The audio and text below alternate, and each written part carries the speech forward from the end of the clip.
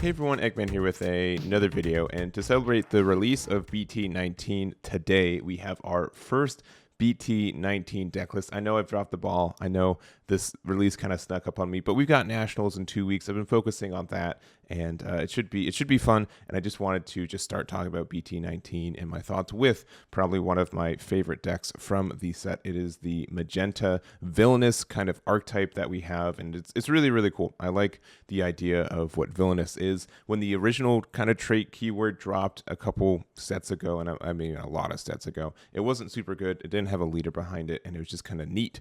And now we have a leader behind it. We have all these things that support it. We have pretty much like 20 new, I didn't count, but like 20 new cards that are specifically villainous, which is really neat. And all of that combined just makes me want to play this list. And I'm sure a lot of you guys as well. So we're going to go over it and just my thoughts and just everything else. So starting with the leader, it says you can't include non-villainous battle cards in your deck. It's only the deck because the Z deck is something different. They originally said it was, and then it's not. So that's neat. And then also, when this attacks the top 5 cards of your deck, add 1 villainous from them. And then also your Awaken is if your life's at 4 or less, or you have 2 or more villainous cards in your energy, which is pretty dang easy to do. You add cards from your life to your hand until you have 6 life left. And on the backside here, same thing with the permanent for the villainous having no specified cost. This just means that these can be paid with any color energy, right? And then when this card attacks, draw 1 and activate once per turn for 1. Play up to 1 villainous cards whose energy cost is less than or equal to your energy from your hand. So if you're at 3 energy, you can pay 1 energy and you play this beer. It's cool. So I really like that ability.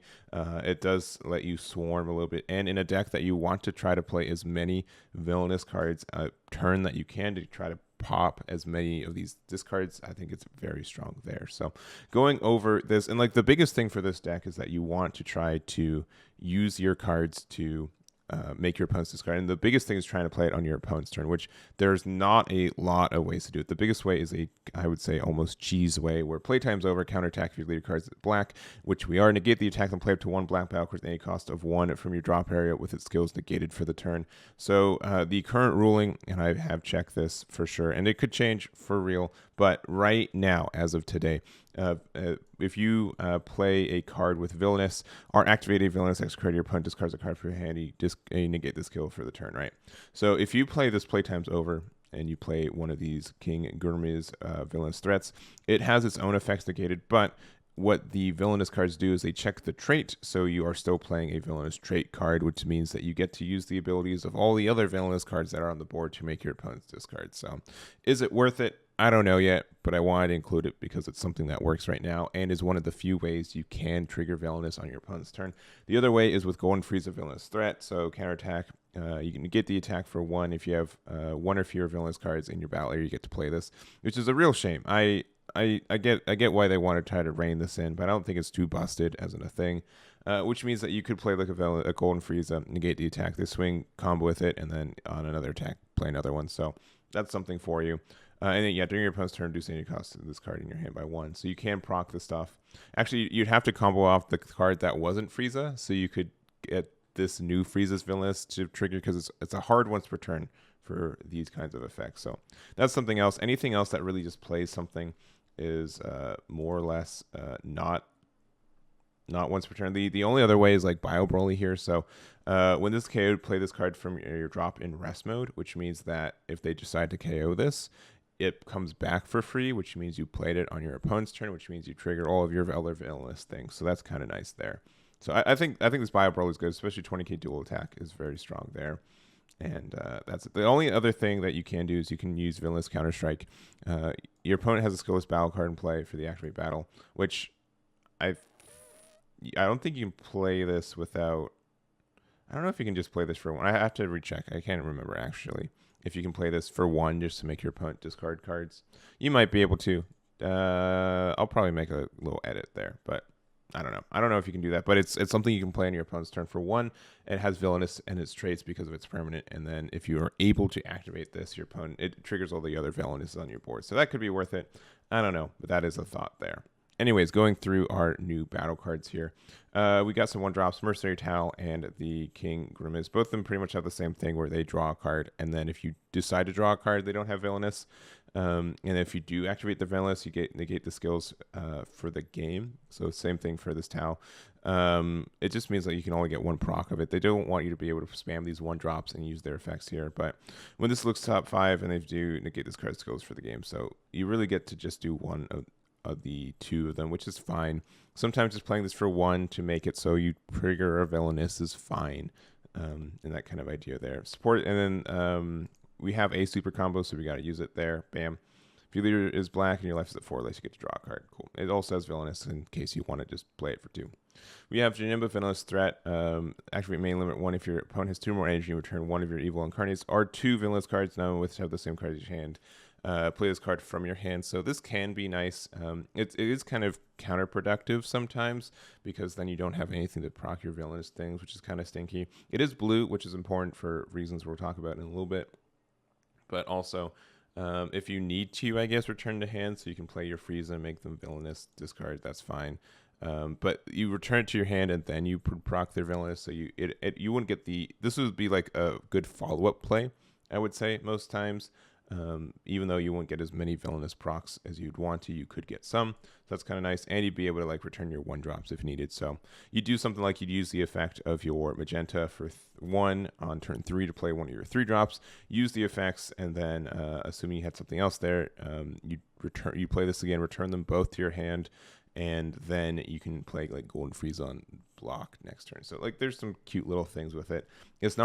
It's sometimes comfort. I don't know. It's an interesting card there. It's blue though, which is really important. We talked about Frieza, counterattack, great for 1, and it's a 15k and all of everything else. Bojack Villainous Threat. If your leader is a Magenta or Bojack Brigade, it's unique and it's on your turn, unfortunately. But for 1 at the end of battle, we use this card from a combo from your hand or energy, and you get to play it from your drop. And then when this is played, choose 2 of your opponent's battle cards any cost greater than or equal to their current energy, return it to their hand. So there's some removal. It is also a way to play a Villainous card for 1, which is nice. You do have to enter the combo phase for it, which is not too difficult to do in this deck. And then it procs your Villainous thing. So and it's blue, which is good there. Turtles, activate main battle. If it's your turn and there are 2 more, like I really don't like all these your turns. I think they spent too much time and energy to prevent it from activating on your opponent's turn, and it's just you see like 1 or 2 Villainous triggers because of it. But I not talk about anymore. But really easy, just combo 2. You get to play this from your hand, so just another way to play a card with Villainous on your turn for 1, which is nice. Bio Broly, we already talked about. It's a 20k dual attack, which is just fine. If you play it for 1, super fine. And when they KO it, you get to play it from your drop area in rest mode, which means, again, you can defensively, like if they try to pop this on their turn, that just means that you get to play it for free, and you get to proc any Villainous things too, which is nice. Cooler, Deflect, Double Strike, which is cool. Villainous, auto limit 1 when this card's played, choose 1, you switch 1 of your energy active mode. So you play it for 3, you get it back, and that's nice. Or you choose 1 of your opponent's battle cards, 25k power or more. Or 25k power or less, just give it the minus, and there it goes. I actually kind of like this card for what it does. I almost won't bump it up to 4. It is, red blue, so you can't combo or charge it easily, but being able to either play it for free by doing that, or even if you have to hard cast it for 3, and then it's only hard cast for 2. I think it's fine. So there. Barris, Offering, which is good. That's it. It has Offering, which is fine. It's a fine skill. And it's a 25k. We have Red Ribbon Robot Villainous Threat. Limit 1. If it's your turn, when one of your Villainous or Red Ribbon cards are removed from your battle area by a skill, you can play this card from your hand, which means that you could use it with the effects of Janemba, kind of, technically. So you can use Janemba to return to your hand, and then, I got return to your hand, so you can play another Villainous Threat here. So, just remove from a battle area by a skill. You play this card from your hand. And then activate main. Once per turn, place 1 of your Villainous or Red Ribbon cards in its drop area. This card gains critical for the turn. I wish it was activate battle because they can just negate the attack. But you can do some neat little things where you play Janemba. And then after that, you play Red Ribbon Robot, which will trigger the Villainous on Janemba. And then you can put Janemba into your drop area to give this crit. So that's nice. And this isn't unique. So if you have 2 of these out, you can do that. The limit 1 is on the effect to play it. but you could kind of cycle these if they're allowed. The biggest thing, though, with this archetype is nothing has barrier. The only thing that does is Fearofdark Villainous Threat. So when this card attacks, choose up to one of your opponent's battle cards placed at the top of their owner's deck, which is kind of nice. Or auto switch this card to rest mode at the end of your turn, switch one of your energy to active mode. So both these effects are good, and it has barrier, which is really nice for it. But that's just kind of just for what it has there. I wish more. I would like if this deck had like a 1-drop or 2-drop barrier card.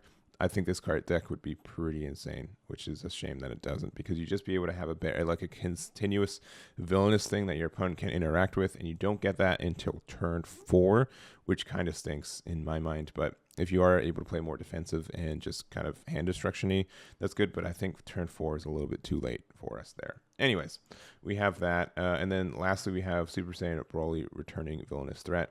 When this card is played from your hand, it gains triple strike for the turn. If your opponent has 3 or more energy, when this played, choose all of your opponent's battle cards with minus 25k power for the turn. So both these are good. It's a 4-drop though, which kind of stinks, and that's the idea there.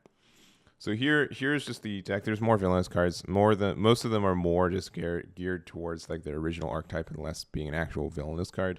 But these are the ones that I think are the most important for us here. I do think there is like a way, if you want instead, like if you really want Fearofdark to be here with barrier and villainous, I think there's some ways to do just more of a blue package in a lot of ways. And you can do that with, there's also like Aandroidd 21 destructive villain. Choose 1 card in your energy and place in your drop area. When you play this card, choose all your opponent's battle cards with any cost 4 or less and place them at the bottom of the owner's deck in any order, which is a little bit expensive to do, but it is blue. And so if you could do something where you could put like the Zeno Unison in the deck, and then you can make it, you just charge a lot of blue turn 1 and 2, and then you could use it with Fearofdark to play Fearofdark on turn 3, because this just checks how much energy you have right now. So you could ramp up to 3 and then play Fearofdark for 1, and then use that effect to, or from 3 to 4, and then you can use that effect to play Fearofdark, and then just have these barriers out that you can continually play your effects off of. I think that's somewhat good. That might be a bit cheesy for, like I'd say, a standard beginner deck list, but that's kind of the idea. And then lastly, going over the Z cards. This isn't necessarily for the deck, but I wanted to include it because it's kind of like the one for it.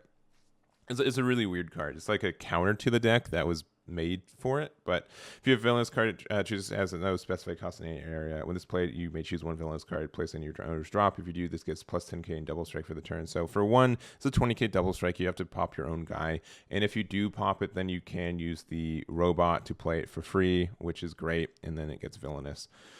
Activate main limit 1, place 1 card from your hand to bottom of your deck, remove this card from the game, and until the end of your opponent's next turn, if your opponent activates a villainous or counter skill, you get to draw 1 card. So that's, both of these are great if your opponent's deciding to go counter a lot. Like really good if you have your 20k bio Broly and stuff there too. But it's an interesting card. I don't think you run it more than 1. I think there's some nice little combos you get to do with like the robot and stuff, but there we go there. Beerus needs 2 blue, but this is a new 2-drop barrier card from the deck. This is honestly like one of the best like generic Z cards that we have right now. So when this card attacks, choose up to one of your opponent's opponent's battle cards at any cost greater than the current, place at the bottom of the owner's deck, and this gets plus 5k for the turn. So this becomes a 15k. But then also activate main once per turn for 2 blue. If your opponent has 3 or more energy, switch this card to active mode, choose up to one of your opponent's battle cards ignoring barrier, and place it at the bottom of his owner's deck, and this gains dual attack for the turn. So this is really good. This is really good skill for 2 that you'd want to keep doing. And it has barriers, so this card is actually really hard to get rid of. And so you can swing with this, make it a 15k, and then you use the 2 blue energy to restand it. So then it's a still 15k. Then it has dual attack, so it can technically attack twice more. So you can swing again. It becomes a 20k. Remove something after they activate main. It's not every time it swings, just from the activation main. And then you restand it again because dual attack procs. And then if you want a 25k swing, you can with this, and also like this is removing stuff every time, so it's a really good card if in blue, if you just have 2 you want to sit on. I think it's a solid card. We already know about Cell as well, so we need 3 specific blue, but it's great. Deflect critical and has another board wipe, and then also just Jaren because we are running some green stuff. This is just more to talk about the new Z card, but when this card's played, choose 20 green battle cards with any cost 5 or less. It can't be removed from battle area by your opponent's skills until the end of their next turn, which can just be itself. And also activate main, limit 1, place any number of your Z energy cards to owner's drop. Choose one of your opponent's unisons and remove markers for each Z energy placed in a drop by the skill. And additionally, if you place 2 or more Z energy into a drop by the skill, this gains plus 10k and double strike for the turn. So if you have a bunch of Z energy and your opponent has like a big Majin Buu, you just play this and then activate main, and you just get rid of all of them, and you're feeling pretty good about it. So I think that's solid in its own right too. And that is really all I have. This deck, you can play a lot of different cards if you want to. And if you want to do more cheesy stuff with unisons, you can as well. We are just not doing that today. That's going to be it for us. Thank you guys so much for watching. Enjoy your BT19 release, and I'll catch you all next time.